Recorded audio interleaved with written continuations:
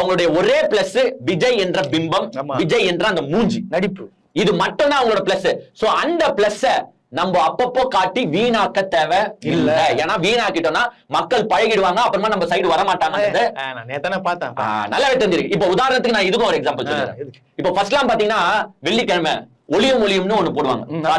எல்லாருமே இந்த 70s 80s 90s kids எல்லாருமே இந்த ஒளியும் ஒளியுமா பாத்துருப்பாங்க. 8 o'clock சினிமா பாட்டை பாக்கணும்னா அந்த ஒளியும் ஒளியும்ல தான் பார்க்க முடியும். அப்போ அப்போ வந்து பாத்தீங்கன்னா எல்லார்கிட்டயும் ஒரு ஆர்வம் இருக்கும். வெள்ளிக்கிழமை எங்க இருந்தாலும் சரி ஓடி போய் டிவில உட்காந்துருவான். அதுவும் அந்த டிவி எல்லார் வீட்லயும் இருக்குமானா இருக்காது. 100ல ஒரு வீட்டுல 2 வீட்டுல தான் இருக்கும். சோ எல்லாம் போய் அங்க கும்பல் கூடி உட்காந்து ஒளி ஒளியும் பார்ப்பாங்க. ஏன்னா பாட்டை எப்ப பார்க்க முடியும்னா அந்த வெள்ளிக்கிழமை மட்டும் தான் பார்க்க முடியும், புது பாட்டு. சோ ஒரு ஆர்வம் இருந்துச்சு. இதே அவன் வெள்ளிக்கிழமைக்கு பதிலா டெய்லி போட்டிருந்தா பாத்துக்க மாட்டான். நேத்தானப்பா பார்த்தேன். அதுதான் இங்க நடக்குது. விஜய் என்ற மூஞ்சை டெய்லி நாங்க காட்டி நீங்க போர் அடிச்சு போயிட்டா நாங்க